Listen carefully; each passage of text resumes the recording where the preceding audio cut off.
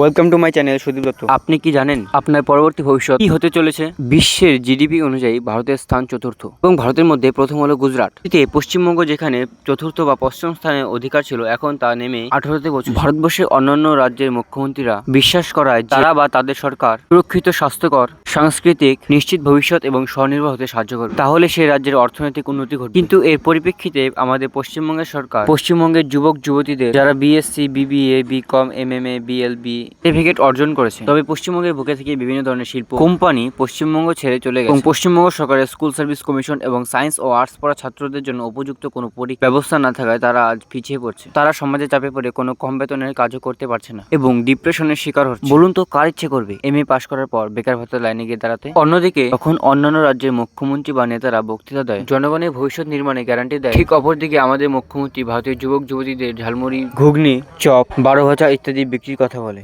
নিজে চাকরি দিতে অক্ষম এবং শিক্ষিত ছাত্রছাত্রীদের অসম্মান করেন। এই সমস্ত ভিডিও বানাতে আমার খারাপ লাগে, তবে কিছু করার নেই। স্বৈরতান্ত্রিকতা ও নীতি রুখতে আমি এই সমস্ত ভিডিও বানাবো।